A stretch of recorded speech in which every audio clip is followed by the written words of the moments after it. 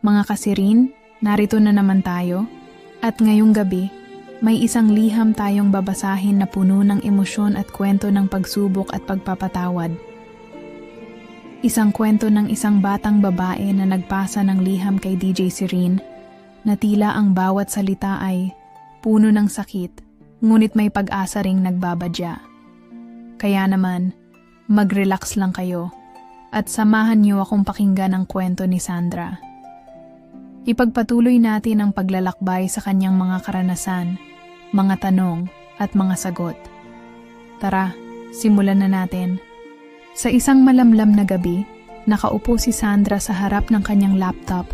Mga daliri niya ay nag-aalangan sa keyboard habang nagsisimula siyang mag-type ng liham kay DJ Serene.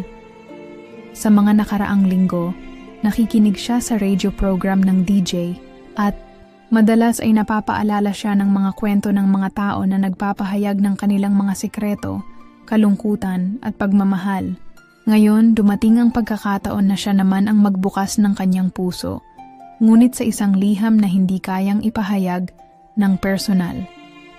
Kay DJ Serene, nagsimula siya. Hindi ko na kayang itago pa ang nararamdaman ko. Nais ko sanang magbigay linaw sa mga katanungan na matagal ko nang tinatago sa aking puso. Mabilis ang tibok ng kanyang puso. Hindi niya alam kung saan magsisimula. Pero kinakailangan niyang gawin ito. Lumipas ang ilang sandali, habang si Sandra ay pinipilit ilahad ang mga saloobin niya, ang mga alaala ay nagsimulang bumalik. Isang gabi, ilang linggo bago siya magsimulang magsulat ng liham, nakaramdam siya ng kakaibang pakiramdam. Habang naglalakad siya patungo sa kanyang kwarto, naramdaman niyang may humahawak sa kanyang binti. Ang bigat ng kamay ay hindi niya agad natukoy. Nang lingunin niya, nakita niya si Arthur, ang kanyang amain, na nakatayo sa harap niya. Nakatitig sa kanya ng may matalim na ekspresyon. Naguguluhan, nagtakda siya ng distansya sa pagitan nila. Ngunit hindi ito natuloy. Si Arthur ay dahan-dahang umabante at sa isang iglap, ang malamig na hangin sa kanyang katawan ay nagbigay daan sa nararamdaman niyang hindi kayang ipaliwanag. Ang kanyang amain, na dati ay nakikilala lamang bilang isang tahimik at mahinahong tao, ngayon ay may bagong pakiramdam ng init sa kanyang mga mata. Dahil sa hindi maipaliwanag na kalituhan at takot, hindi siya makakilos. Nararamdaman niyang namumuo sa kanyang dibdib ang isang kakaibang sensasyon, isang magkahalong takot at pagkasabik. Huwag, hindi ito pwedeng mangyari, sabi ng kanyang isip. Ngunit habang ang mga mata ni Arthur ay nakatitig sa kanya, nararamdaman niyang unti-unting tumatagos ang kanyang amain sa bawat sulok ng kanyang katawan. Kada kaganapan ay tila humihigpit ang init na kanyang nararamdaman at kahit pilit niyang tinutulungan ang kanyang sarili na mag-isip ng tama, ang mga kamay ni Arthur ay tila may sariling buhay. At mula doon, hindi na siya muling nakatakas mula sa kanyang nararamdaman. Hindi siya makapaniwala sa nangyayari. Nang bumalik siya sa kanyang kwarto, ang mga alalahanin ay nagsimula ng maglabasan. Ang mga tanong ay naguukit ng puwang sa kanyang isipan. Ano ba ito? Bakit ganito ang nararamdaman ko? Siya ba ang may kasalanan? O ito ba ay nangyari dahil sa mga pagkakamali ng iba?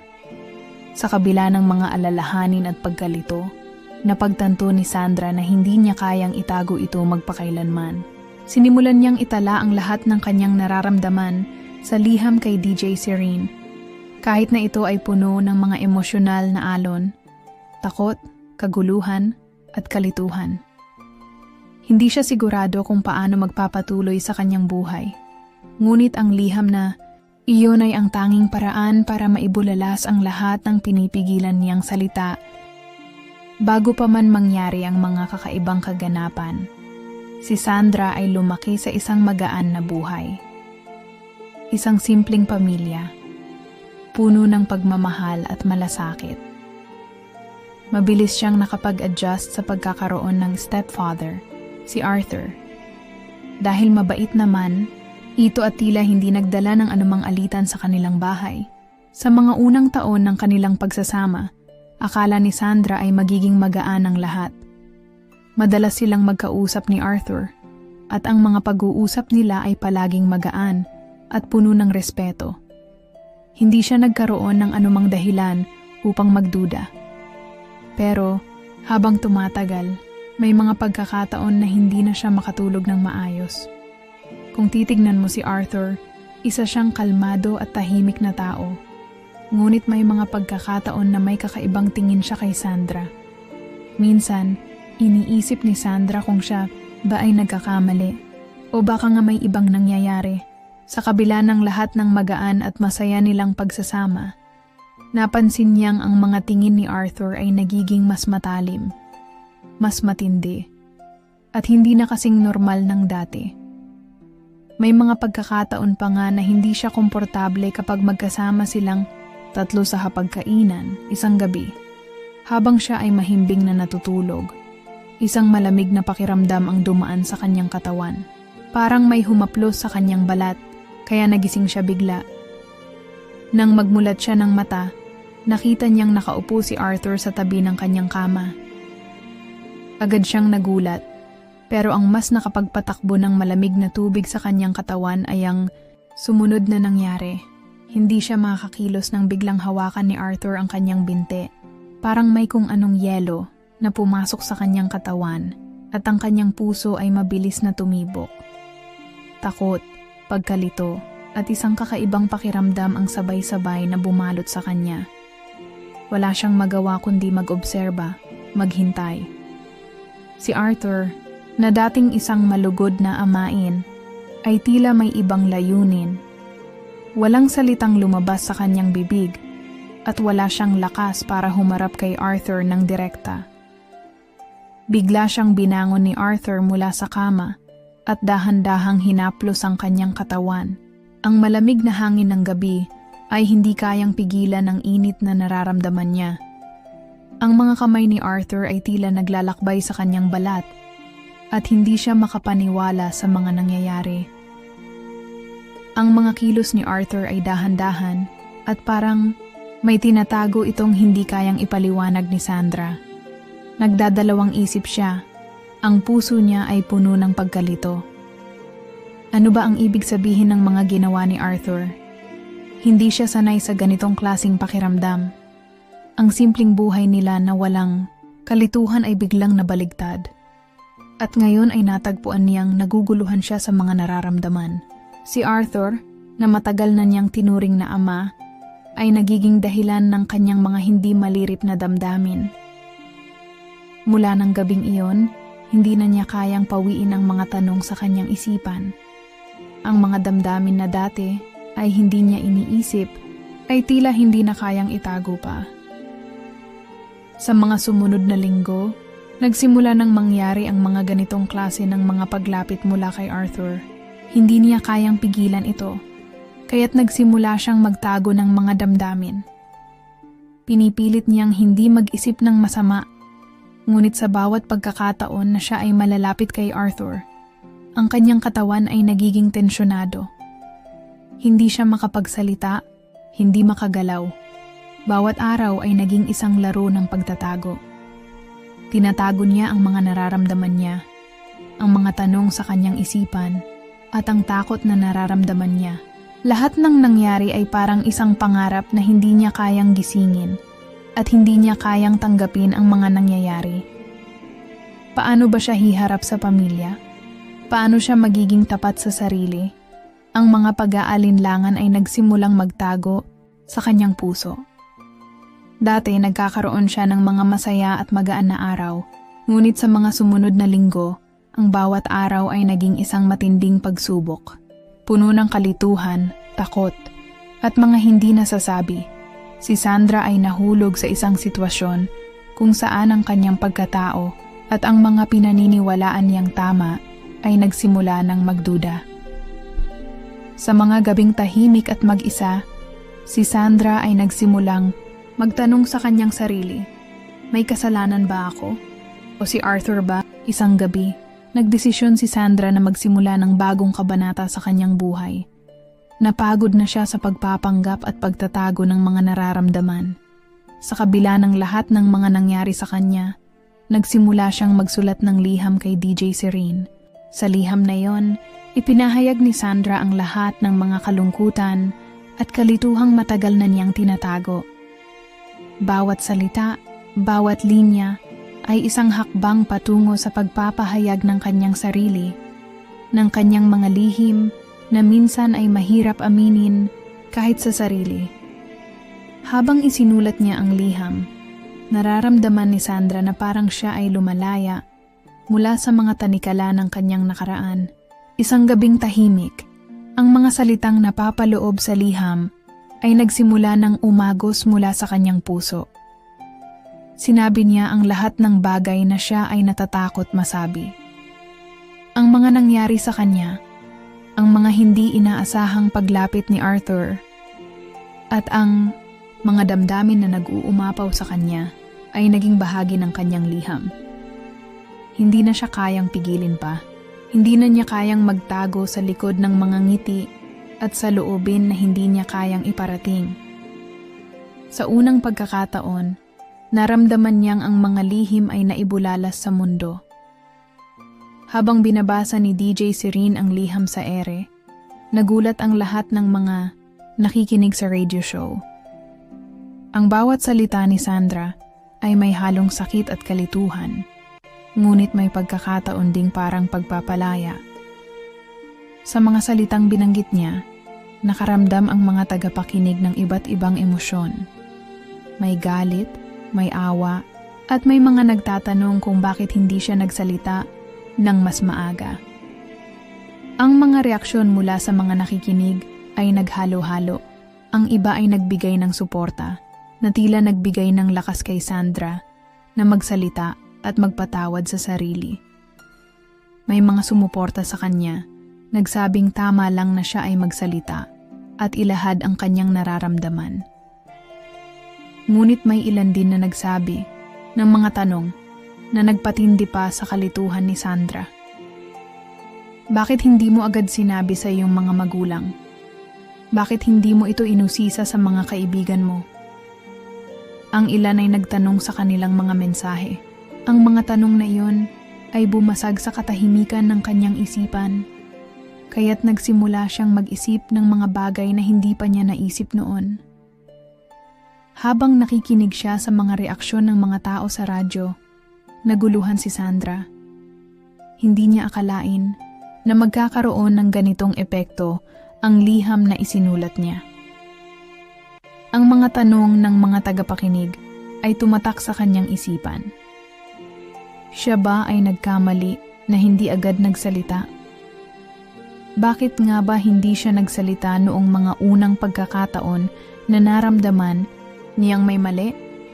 Bakit hindi siya nagtanong agad? Para bang ang bawat reaksyon na narinig niya ay nagpatindi ng pagkalito na nararamdaman niya sa sarili. Isang parte ng kanya ang nagsasabing tama lang ang ginawa niya, na dapat ay nagsalita siya at hindi itinago ang mga bagay na ito. Ngunit may bahagi naman na nag-aalangan. Parang may mali sa kanyang naging desisyon na ipagsabi ang nangyari sa kanya. Ang sakit ng mga alaala, ang bigat ng mga nangyari, ay muling sumik sa kanyang dibdib. Sa kabila ng mga pagkilos na tila isang pagpapalaya, naramdaman niya ang bigat ng mga tanong na unti-unting nagpapahirap sa kanya. Tinatanggap ba ng mundo ang kwento niya? Pwede bang tanggapin siya ng iba sa kabila ng lahat ng ito? Minsan naiisip ni Sandra na ang kanyang mga desisyon ay hindi sapat. Na kung nagsalita siya noon, baka naiwasan ang mga nangyari. Pero sa mga oras na iyon, wala na siyang magagawa kundi tanggapin ang lahat ng epekto ng kanyang liham. Lahat ng mga reaksyon ng iba ay parang mga pako na pumipintig sa kanyang puso. Ang mga sumusuporta sa kanya ay nagbibigay lakas. Ngunit ang mga tanong ng iba ay nagpapaalala sa kanya ng mga pagkukulang at mga hindi nasabi. Habang ang radyo ay patuloy na nagbabasa ng mga mensahe mula sa mga tagapakinig, si Sandra ay nagmumuni-muni. May mga pagkakataon na parang gusto niyang sumagot sa kanila, ipaliwanag ang kanyang nararamdaman, ngunit hindi siya sigurado kung paano. Ang mga reaksyon mula sa mga tao ay nagbigay ng pag-aalinlangan, ngunit hindi rin niya alam kung ang mga ito ay magpapaalala sa kanya ng mga dapat niyang gawin o magiging dahilan ng kanyang takot na magsalita. Ang liham na sana ay magsisilbing daan patungo sa pagpapatawad at kalayaan ay nagbigay sa kanya ng mas malalim na katanungan sa sarili. Ngunit sa kabila ng lahat ng ito, naramdaman pa rin ni Sandra ang init ng mga pagbati at ang bigat ng mga hindi nasasabi na nagpatibay sa kanyang desisyon na tuloy-tuloy na magsalita at harapin ang mga nangyari, kahit na ang mga ito ay nagpapaalala sa kanya ng mga hindi inaasahang alaala. Matapos ang kanyang liham at ang malupit na pagbabalik loob ng kanyang mga tinatagong lihim, nagbago ang lahat. Hindi lamang ang relasyon ni Sandra kay Arthur ang nagbago, kundi pati na rin ang dinamika ng kanilang buong pamilya. Ang kanyang confession ay naging katalista ng isang kalituhan na tila hindi na matitinag, at sa bawat araw na lumilipas, naramdaman ni Sandra ang bigat ng mga pagbabago. Si Arthur, na dati may respeto sa kanya bilang isang stepfather, ay tila nawalan ng kredibilidad. Hindi lamang ang mga kaibigan at kamag-anak ang nagduda sa kanya, kundi pati ang mga taong may tiwala sa kanya ay nagsimulang magtanong. Ipinagpatuloy ng mga tao ang pagpapalakas ng boses, ang paghuhusga, at ang mga tanong na wala ng katapusan. Ngunit ang pinakamatinding epekto nito ay ang nararamdaman ni Sandra sa sarili niyang pamilya. Ang mga katanungan at opinyon ng iba ay nagdulot sa kanya ng kalituhan at takot. Wala siyang ideya kung paano ito haharapin, kung paano ibabalik ang dating buhay na hindi na matutumbasan ng mga pangyayaring kasunod ng kanyang confession. Ang dating buhay ni Sandra, na puno ng mga pangarap at plano, ay biglang napalitan ng matinding pagkalito. Dati-rati, ang kanyang pamilya ay isang kanlungan ng pagmamahal, ngunit ngayon, tila ang mga pader ng kanilang bahay ay puno ng mga hindi nasabi at mga hindi na pag-uusapan. Si Sandra, na sanay sa mga simpleng kagalakan, ay ngayoy nahirapan ng ngumiti, nahirapan na magpatuloy sa araw-araw. Hindi niya alam kung paano siya magmumulat sa isang mundo na hindi na pamilyar, isang mundo na puno ng mga pagdududa at mga malupit na tanong. Isang araw, habang siya ay naglalakad sa kalsada papuntang paaralan, naisip ni Sandra ang mga nangyari. Ang kanyang pamilya ay nagiging magulo at ang mga tao sa paligid niya ay hindi na siya nakikita bilang isang normal na anak na may magandang buhay. Ang mga tao ay may tanong sa kanya, bakit hindi mo sinabi agad? At bakit hindi mo ginawa ang dapat mong gawin noon? Ang mga tanong na ito ay parang mga ulap na hindi nawawala. At habang umaandar ang mga araw, ang bigat na nararamdaman niya ay tila hindi magaan. Ang mga tanong at opinyon ng iba ay nagsimula na ring umabot sa mga tao na hindi direktang may kinalaman sa kanya. Ang mga kaibigan ni Sandra ay nagsimula ring magtaka. At kahit na ang mga kamag-anak ay nagkakaroon ng kanilang sariling pananaw, ang mga magulang ni Arthur ay nagalit sa kanya at hindi na nila ito tinanggap sa kanilang bahay.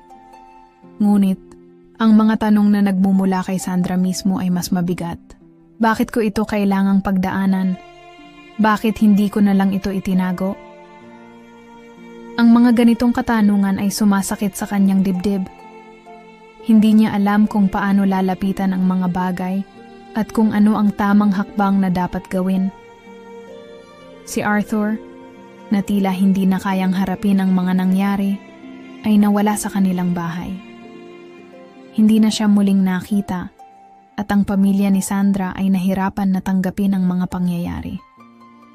Sa kabila ng lahat ng iyon, si Sandra ay patuloy na naglalakad sa isang madilim na daan ng kalituhan. Nais niyang magpatuloy sa buhay, ngunit ang mga tanong at mga sugat na iniwan ng confession ay hindi basta-basta maghilom. Sa bawat araw, si Sandra ay nagiging mas malungkot at tahimik. Dati-rati, ang bawat kagalakan ay nagmumula sa mga simpleng bagay. Ngunit ngayon, ang bawat hakbang na ginagawa niya ay puno ng mga alaala ng sakit at pagkalito. Bawat mukha ng mga tao na kanyang nakakasalubong ay nagsisilibing alaala ng kanyang nakaraan at tila walang paraan upang makawala mula sa bigat na dulot ng kanyang confession. Sa kabila ng lahat ng iyon, si Sandra ay patuloy na naghahanap ng sagot. Hinahanap niya ang tamang daan upang magpatuloy sa buhay.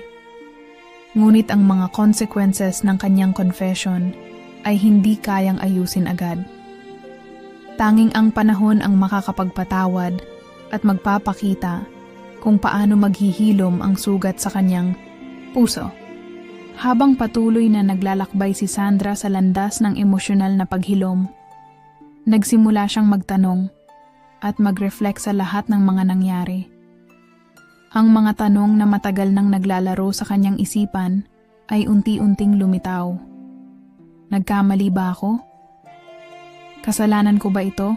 Ang bawat gabi na siya ay mag-isa sa kanyang kwarto ay puno ng mga alaala, mga tanong na wala pang kasagutan, at mga emosyon na hindi pa kayang ipaliwanag. Sa mga oras ng kanyang paghihirap, tila ang bawat paghinga ay isang paalala ng mga pagkatalo at kalituhan na nararamdaman niya. Nang magsimula ang lahat ng ito, akala ni Sandra ay makakayanan niyang tahakin ito ng mag-isa. Ngunit habang lumilipas ang mga araw, napansin niyang ang bigat ng mga kaganapan ay masyadong malaki para ipagpatuloy ng walang tulong. Siya'y nagdesisyon na maghanap ng paraan upang makapagpatuloy at maproseso ang kanyang nararamdaman. Kaya't nagsimula siyang maghanap ng mga eksperto at therapist na makakatulong sa kanya. Hindi madali para sa kanya na magbukas ng kanyang puso at magtanong kung tama bang humarap sa mga ganitong emosyon at trahedya. Ngunit natutunan niyang hindi lahat ng bagay ay kayang ayusin ng mag-isa.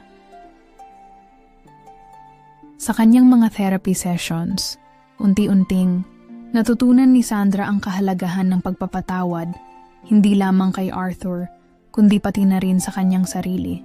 Mahirap, masakit, at puno ng takot, ngunit sa bawat hakbang na kanyang ginagawa upang magpatawad, natutunan niyang bigyan ang sarili ng espasyo upang maghilom.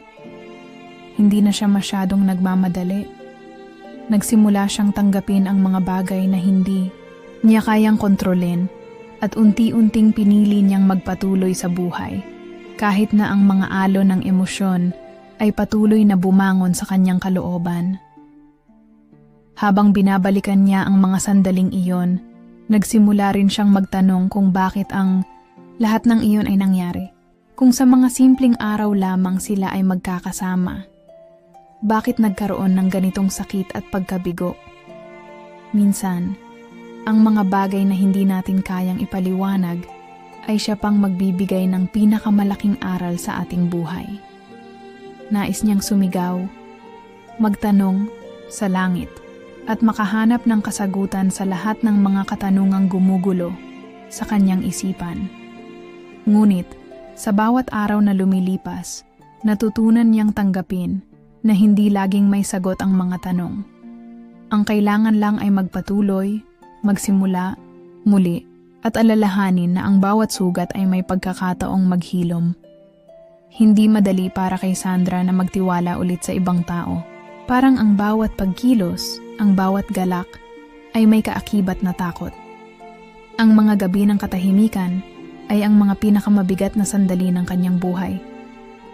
Ngunit, sa kanyang mga session sa therapist, natutunan niyang makita ang liwanag sa gitna ng dilim. Hindi siya mag-isa sa kanyang laban. Habang siya'y naglalakbay, natutunan niyang magbigay ng respeto sa sarili at tanggapin na kahit ang pinakamalupit na karanasan ay may dahilan. Nagsimula siyang magsimula muli. Hindi na siya takot harapin ang mga nakaraan, ngunit natutunan niyang patagilid na tanggapin ang mga pagkatalo at ang mga pagkakamali. Si Sandra ay magsimulang magpatawad, hindi lamang kay Arthur, kundi pati sa sarili niya. Ang mga susunod na araw ay puno ng mga hakbang patungo sa pagpapatawad at pagbabago. Bagamat hindi pa siya handang tanggapin ang lahat ng mga nangyari, natutunan niyang hindi rin siya maghihilom hanggat hindi niya binibigyan ng sarili ng pagkakataong magpatuloy. Ang proseso ng paghilom ay hindi natatapos ng mabilis. Ngunit, si Sandra ay natutong tanggapin ang sakit, magsimula muli, at magbigay ng pagkakataon sa kanyang sarili na magsimula ng bagong buhay. Isang buhay na puno ng pag-asa at pagtanggap. Isang araw, nagdesisyon si Sandra na makipag-usap kay Arthur. Matapos ang mga buwan ng pagninilay at paghahanap ng mga sagot, nakaramdam siya ng matinding pangangailangan na harapin ang nakaraan. Hindi niya kayang magpatuloy na walang closure, na hindi natatanggap ang lahat ng nangyari. Alam niyang hindi madali ang magbukas ng mga sugat, ngunit sa puso niya, napagtanto niyang kailangan niyang magtulungan, hindi lamang sa sarili kundi pati na rin kay Arthur. Sa mga nakaraang linggo, nabuo sa isipan ni Sandra na ang pagpapatawad ay hindi palaging tungkol sa ibang tao. Ito rin ay tungkol sa kanya, sa pagpapatawad sa kanyang sarili at sa pagbuo ng kapayapaan sa kalooban. Kaya't nagtakda siya ng araw upang makipag-usap kay Arthur, hindi upang magtakda ng galit o paghihiganti, kundi upang magsimula ng paghilom. Nang dumating ang araw na yon, si Sandra ay may kalakip na kaba sa kanyang dibdib, ngunit buo na ang kanyang loob. Habang sila ay magkatabi sa sala, nagkaroon ng matagal na katahimikan. Tanging ang tunog ng kanilang mga hininga at ang malalim na dagundong ng mga alon mula sa malayo ang naririnig. Nag-umpisa si Sandra, ang mga salitang tila mahirap bitawan. Arthur, hindi ko alam kung paano ko sisimulan, pero gusto ko sanang makipag-ayos. Hindi ko na kayang magpatuloy na hindi alam kung ano ang nangyari sa atin. Gusto kong matutunan ang pagpapatawad. Nagulat si Arthur sa mga sinabi ni Sandra. Matagal nang wala siyang narinig na ganitong klase ng pagsasalita mula sa kanya. Halos, hindi siya makapagsalita at habang nakatingin siya kay Sandra, makikita ang mga mata niyang puno ng pagsisisi at kalungkutan. Hindi madali para kay Arthur na tanggapin ang kanyang mga pagkakamali. Hindi niya inasahan na isang araw ay haharapin siya ng kanyang stepdaughter na may ganitong kahinahunan. Pasensya na, sagot ni Arthur na may kaba sa boses. Alam ko hindi ko na mababalik ang lahat at hindi ko kayang ipaliwanag kung paano ako nakarating dito. Ang tanging maipapangako ko sa iyo ay magsisisi ako sa lahat ng nagawa ko. Kung may magagawa akong paraan para magbago, gagawin ko. Habang naririnig ni Sandra ang mga salitang iyon, napagtanto niyang hindi pa huli ang lahat. Hindi niya kailangan na magmukhang perpekto ang lahat. Ang mahalaga ay ang pagsisisi at ang pagnanais na magbago. Sa unang pagkakataon, naramdaman ni Sandra na maaari pa silang maghilom. Hindi ibig sabihin na ang lahat ay magiging madali, ngunit nakaramdam siya ng isang lihim na pag-asa, na ang pagpapatawad ay isang hakbang tungo sa bagong buhay. Pinili ni Sandra na huwag nang magbalik loob sa mga matinding sakit ng nakaraan. Ang bawat araw ay isang hakbang patungo sa pagbabago. Habang patuloy silang nag-usap ni Arthur, natutunan nilang tanggapin ang kanilang mga kahinaan at nagsimula silang magplano ng mga hakbang upang mapabuti ang kanilang relasyon. Hindi naging madali ang bawat pag-uusap, ngunit natutunan nila na ang bawat hakbang ay isang pagkakataon upang magtulungan at magsimula muli. Sa mga sumunod na linggo, Si Sandra ay naging mas bukas sa kanyang mga nararamdaman. Hindi na siya natatakot na ipahayag ang kanyang mga hinanakit at si Arthur ay naging mas handang makinig. Nang natutunan niyang magpatawad, si Sandra ay natutong magbigay ng pagkakataon sa ibang tao na magbago. Nais niyang matutunan ang halaga ng pagpapatawad, hindi para sa iba, kundi para sa kanyang sarili, para sa kaligayahan at kapayapaan na matagal na niyang hinahanap. Ang paglalakbay ni Sandra patungo sa tunay na kaligayahan ay hindi pa natatapos, ngunit natutunan niyang magtiwala muli.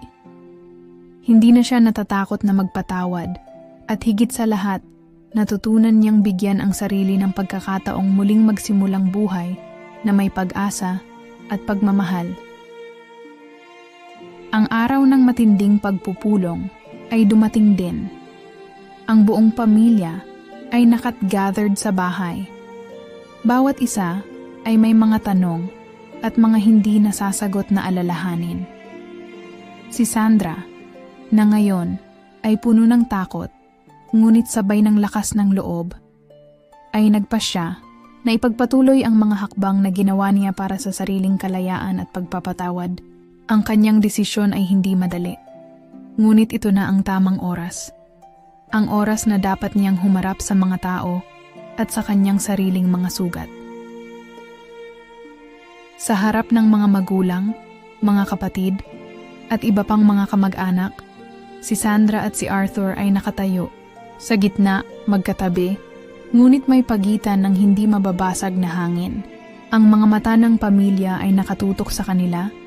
Ang bawat isa ay nagsusuri sa mga galak at hinagpis na nabuo sa loob ng maraming taon. Hindi nila alam kung anong klase ng pag-uusap ang magaganap at kung anong magiging kalalabasan ng lahat ng ito. Tanging ang mga tanong ng pamilya at ang matinding katahimikan ang sumasalubong sa kanila. Si Sandra, na may mga luhang nagbabadyang pumatak, ay nagsimula ng magsalita. Hindi ko na kayang magtago pa ng mga nararamdaman ko, sabi niya. Ang kanyang boses ay may kabuntot na panginginig. Hindi ko kayang magpatuloy na hindi natatanggap ang nangyari. Kaya nandito ako, humihingi ng tawad sa sarili ko, sa pamilya ko at kay Arthur. Hindi ko alam kung paano nagsimula, ngunit natutunan ko na ang pagpapatawad ay hindi para lang sa iba. Kailangan ko ring patawarin ang sarili ko. Ang mga salitang iyon ay nagbigay daan sa mga masalimuot na reaksyon mula sa pamilya. Ang ilan ay nagulat, ang iba ay tila hindi pa rin makapaniwala, habang ang ilan naman ay nagsimulang magtanong at magbigay ng mga opinyon. Ang kanilang mga mukha ay puno ng kalituhan at pasakit. Sa gitna ng lahat ng iyon, si Arthur ay hindi makapagsalita. Ang mga mata niyang puno ng hinagpis at pagsisisi ay hindi maitago. Hindi pa rin siya makapaniwala sa lahat ng nangyari at kung paano siya nahulog sa ganoong sitwasyon. Ang tensyon ay ramdam na ramdam sa buong silid. Ang mga nakikinig na kamag-anak ay tila hindi alam kung ano ang dapat nilang sabihin o maramdaman. Si Sandra, kahit na pinipilit niyang magpatawad, ay hindi pa rin madaling tanggapin ang lahat ng nangyari. Hindi ko pa rin alam kung paano ko matatanggap lahat ng ginawa mo, Arthur, sabi ni Sandra. Ang boses ay medyo matigas ngayon. Hindi ko alam kung dapat ba akong magalit pa o magpatawad ka na. Sa isang hindi inaasahang hakbang, si Arthur ay lumuhod sa harap ni Sandra. Ang mga kamay ay nakataas bilang tanda ng pagsisisi. Sandra, humihingi ako ng tawad. Hindi ko kayang ipaliwanag ang lahat. Pero isa lang ang alam ko. Masakit na makita kang nasaktan ng dahil sa akin. Hindi ko kayang baguhin ang nakaraan, pero maghahanap ako ng paraan upang itama ang lahat. Ang kanyang boses ay puno ng pighati. Hindi agad sumagot si Sandra. Nagtama ang kanilang mga mata, at doon, sa loob ng ilang saglit, naisip ni Sandra ang lahat ng mga nangyari.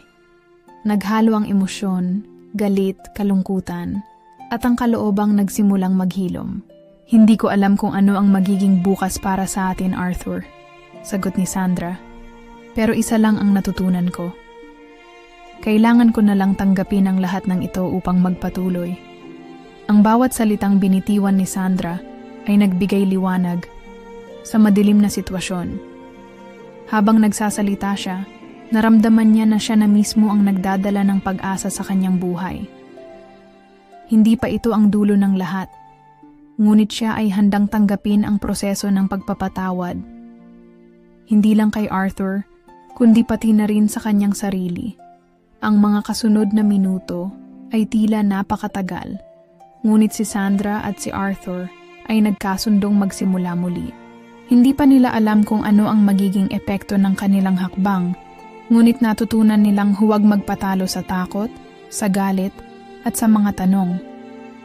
Pinili nilang harapin ang kanilang mga sugat at magpatuloy sa isang bagong paglalakbay na may pag-asa at pagnanais na maghilom. Ang pamilya ay nanatiling tahimik, ngunit sa mga mata nila ay may muling mga pag-asa at mas maliwanag na kinabukasan. Ang kanilang relasyon ay hindi agad magiging buo, ngunit ang unang hakbang na ginawa ni Sandra ay nagsimula ng isang bagong yugto ng buhay para sa matapos ang matinding pagsubok at mga emosyonal na laban na hinarap ni Sandra. Natutunan niyang yakapin ang pinakamahalagang aral na hatid ng buhay, ang pagpapatawad at higit sa lahat, ang pagtanggap sa sarili. Bawat hakbang na binangga niya ay nagturo sa kanya ng isang mahalagang leksyon na mahirap matutunan, ngunit kinakailangang matutunan upang makapagpatuloy. Ang pagpapatawad ay hindi nangangahulugang kalimutan, kundi ang pagbibigay ng kalayaan sa sarili upang magpatuloy at maghilom. Hindi madali ang daan na tinahak ni Sandra.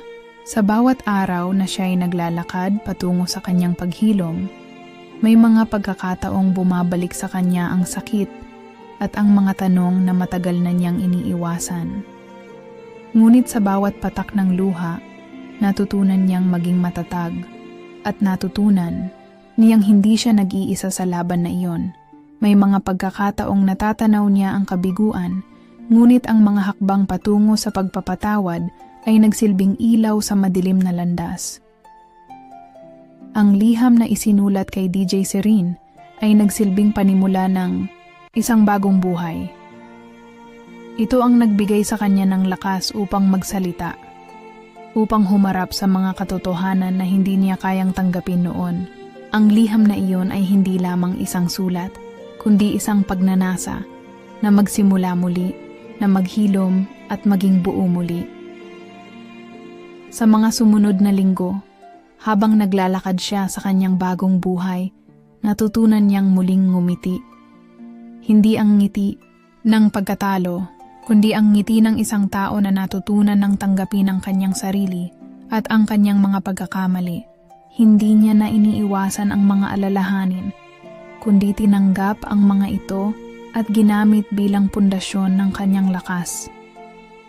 Si Sandra ay nagpatuloy sa buhay na puno ng pag-asa, na walang takot sa hinaharap. Natutunan niyang hindi sa lahat ng pagkakataon ay may kasalanan ng ibang tao, at hindi rin sa lahat ng pagkakataon ay siya ang may mali. Ang mga nangyari sa kanyang buhay ay bahagi ng kanyang kwento. At sa mga kwentong iyon ay nagsimula siyang magtayo ng mas matibay na mga hakbang patungo sa kanyang mga pangarap. Ang buhay ni Sandra ngayon ay hindi perpekto at alam niyang hindi ito magiging madali. Ngunit natutunan niyang ang pinakamahalaga ay ang pagtanggap sa kanyang sarili. Lahat ng kanyang kahinaan, kalakasan, at lahat ng mga pagkatalo at tagumpay. Sa wakas, natutunan niyang mahalin ang sarili at iyon ang tunay na simula ng isang bagong buhay. Matapos ang lahat ng mga pagsubok, ang bawat araw ay nagiging mas magaan kay Sandra. Ang mga bagay na dating nagpapahirap sa kanya ay unti-unting nawawala. Hindi na niya iniisip ang mga nagdaang alalahanin. Sa halip, Nakatingin siya sa hinaharap na may bagong pananaw, mas matatag, mas buo, at mas determinado. Isang taon matapos ang kanyang liham kay DJ Serene, si Sandra ay natutunan ang halaga ng pagpapatawad hindi lamang sa ibang tao, kundi lalo na sa sarili. Nalaman niyang sa bawat pagsubok ay may oportunidad na magbago, at sa bawat sakit, may pagkakataon na maghilom. Naging mas maligaya siya ngayon, hindi dahil sa mga pagbabago sa kanyang paligid, kundi dahil sa mga pagbabago sa kanyang loob. Pumasok si Sandra sa isang bagong chapter ng kanyang buhay. Nagsimula siyang magtrabaho sa isang bagong kumpanya, at sa bawat araw, natutunan niyang yakapin ang mga hamon ng buhay. Ang mga relasyon na dati ay mahirap ay naging mas magaan, at natutunan niyang magbigay ng pagmamahal at suporta hindi lamang sa iba kundi sa sarili. Hindi na siya takot magpatawad dahil alam niyang ang pagpapatawad ay hindi isang kahinaan kundi isang lakas. Habang naglalakad siya sa mga kalsadang puno ng mga bagong posibilidad, nakatagpo siya ng mga bagong kaibigan na nagbigay sa kanya ng lakas. Nakakaramdam siya ng tunay na saya sa mga simpleng bagay, at natutunan niyang tanggapin ang lahat ng aspeto ng kanyang buhay. Ang mga pagsubok ay nagturo sa kanya ng mas malalim na kahulugan ng buhay. Hindi lamang tungkol sa mga tagumpay, kundi sa kung paano ka bumangon matapos ang pagkatalo. Isang araw, habang siya ay naglalakad sa isang parke, nakatagpo siya ng isang batang babae na naglalakad mag-isa. Lumingon siya at ngumiti. Sa kanyang ngiti, nakita niyang may bagay na naging sanhi ng pagkabighani ng bata. Napansin ni Sandra na ang ngiti na iyon ay hindi lang basta ngiti. Ito ay simbolo ng isang tao na natutong magpatawad, natutong tanggapin ang lahat ng pagkatalo at sakit at natutong magpatuloy. Ang buhay ay patuloy na sumusubok sa atin, naisip ni Sandra. Ngunit ang pinakamahalaga ay kung paano tayo bumangon at magpatuloy. Sa mga susunod na buwan, nagpatuloy si Sandra sa kanyang paglalakbay ng pagpapatawad at personal na pag-unlad. Nagsimula siyang magsulat ng kanyang mga karanasan, hindi na bilang isang pasakit, kundi bilang mga aral na tutulong sa ibang tao na dumaan sa parehong landas. Ibinahagi niya ang kanyang kwento sa mga tao sa paligid niya, at natutunan niyang ang bawat pagsubok ay may kwento na makakapagbigay ng lakas sa iba. Sa wakas, natutunan niyang walang huling pag-asa, walang dulo na hindi kayang lampasan. May mga araw pa ring magaan at may mga araw pa ring mabigat. Ngunit natutunan niyang tanggapin ito bilang parte ng kanyang kwento. Hindi siya nagmamadali dahil alam niyang ang tunay na paghilom ay isang proseso at siya ay nasa tamang landas. Ang buhay ay patuloy na umaagos at si Sandra ay natutong magsaya sa bawat hakbang na tinatahak. Hindi na siya natatakot. Mga ka-Serene, maraming salamat sa pagsama sa atin sa gabing ito. Naway nakatulong ang kwento ni Sandra upang mas maunawaan natin ang kahalagahan ng pagpapatawad, hindi lang sa iba, kundi pati na rin sa sarili. Tandaan, bawat kwento ay may aral at bawat hakbang sa buhay ay may dahilan. Huwag kalimutan mga ka-Serene, kung may mga pinagdadaanan kayo, hindi kayo nag-iisa. Hanggang sa muli, ito ang inyong DJ Serene, nag-aalaga at nagbibigay gabay sa bawat puso.